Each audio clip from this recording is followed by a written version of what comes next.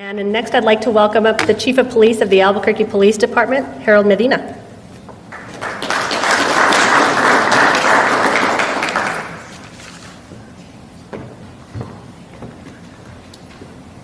I want to thank everybody for being here today and working together with us to try to resolve some of the issues that we're seeing in the city of Albuquerque and metro area. I think the first thing we need to do is we need to be honest with ourselves.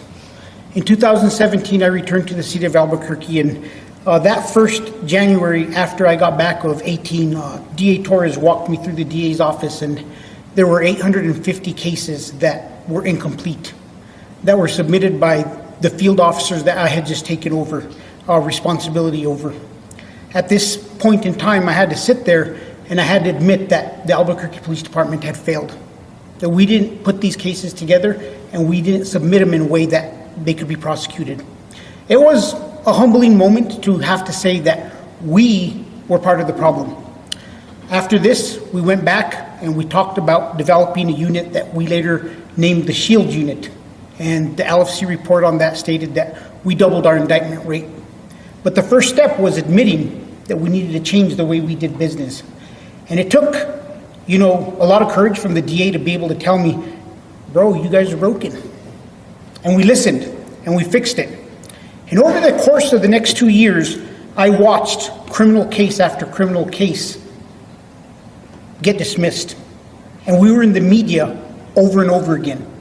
And once again, when I took over as interim chief, conversations that me and the DA that me and the administration had about how we had to improve came to the forefront. I spoke to the mayor, I spoke to the CAO, and we worked and we developed our first detective academy to improve the quality of the cases of our officers.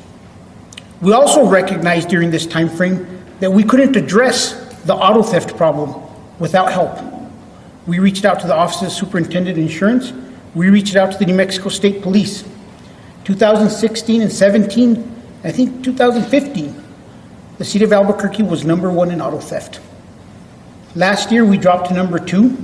And this past year, while the rest of the nation saw double-digit increases in auto theft, the city of Albuquerque once again saw a 10% reduction. We're anxiously awaiting for the new rankings to come out, and I'm positive we're going to continue to drop. This is only possible because we as an entity were able to admit where we needed to improve as a police department.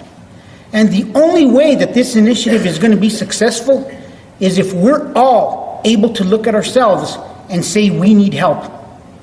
When I took over as chief of police, I made it very clear in the media that I was not going to point the finger, that I was going to be an advocate for all the other parts of the system.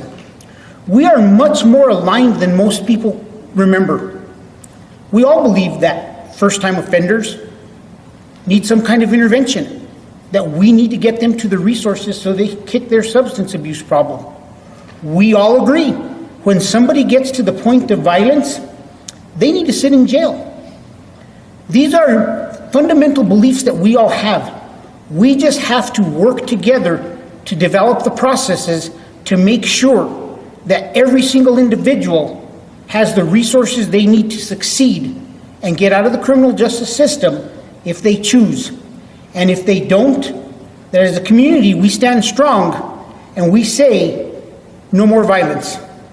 So I look forward to us working together. I look forward to us being honest and telling where we could advocate for help in your process so that we all together can get the help that you need in your areas and point out where the Albuquerque Police Department could continue to improve and submit better cases, develop better processes that are truly going to lead to the long-term reduction in crime. Thank you.